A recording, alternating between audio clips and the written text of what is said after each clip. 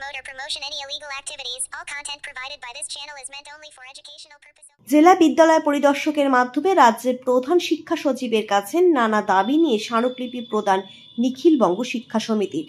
এই দিন তারা জেলা প্রদর্শককরণের সামনে বিক্ষোভ ও স্মারকলিপি প্রদান করে থাকেন বিভিন্ন দাবি নিয়ে। তাদের দাবিগুলো কি আমরা শুনে নেব বিস্তারিত। আমাদের আজকে সারা রাজ্য জুড়ে আমরা জেলা বিদ্যালয় পরিদর্শককরণের কাছে ডেপুটেশন প্রদান কর্মসূচি গ্রহণ করেছি।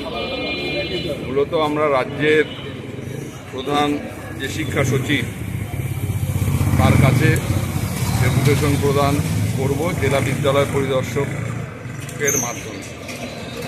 মূলত 7 তারিখ মে মাসে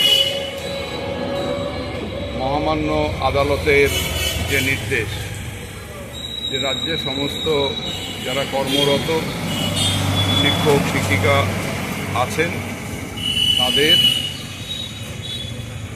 ওই চাকুরি সংক্রান্ত সমস্ত তথ্য জমা দিতে হবে জেলা বিদ্যালয় পরিদর্শককরণের মাধ্যমে 27 তারিখের মধ্যে। মূলত আমাদের যে বিষয়টি বলা, যে রাজ্যে নির্বাচন প্রক্রিয়া চলছে, সারা দেশে লোকসভা নির্বাচন চলছে।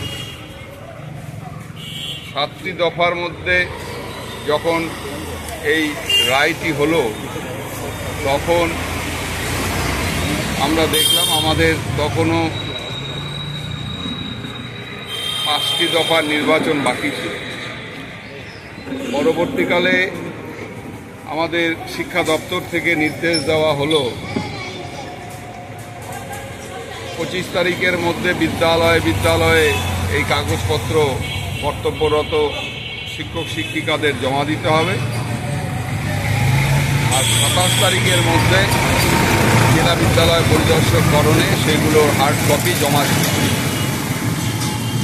আমাদের প্রশ্নটা এই জায়গায় যে রাজ্যে 20 তারিখ একটি ভোটের পর্যায় ছিল, 25 তারিখ আগামী 25 তারিখ একটি ভোটের পর্যায়ে আছে এবং 1 তারিখ আবার একটি ভোটের পর্যায়ে আছে। বিদ্যালয়ের প্রধান শিক্ষক থেকে শুরু করে বিদ্যালয়ের 4র্থ শ্রেণীর কর্মী পর্যন্ত শিক্ষাকর্মীরা যারা আছেন সকলেই ভোটের কাজে চলে যান।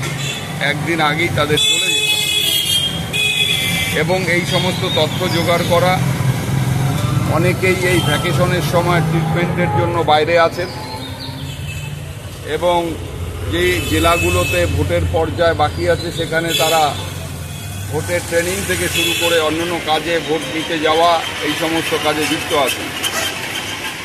আমাদের মূল দাবি হচ্ছে এই সময় সীমাটাকে বৃদ্ধি করে মহামান্য আদালত যে রায় দিয়েছে তার মান্যতা দিয়েই আমাদের এটা জুন মাসের 7 তারিখ পর্যন্ত বৃদ্ধি করা হোক। অর্থাৎ 27 তারিখের পরিবর্তে আমরা এটা জুন মাসের 7 তারিখ পর্যন্ত যেন বৃদ্ধি করা হয়, এই কারণেই আমরা আজকে প্রধান শিক্ষা সচিবের কাছে জেলা বিদ্যালয় পরিদর্শককরণের মাধ্যমে আমরা এই ডেপুটেশন প্রদান কর্মসূচি গ্রহণ করি।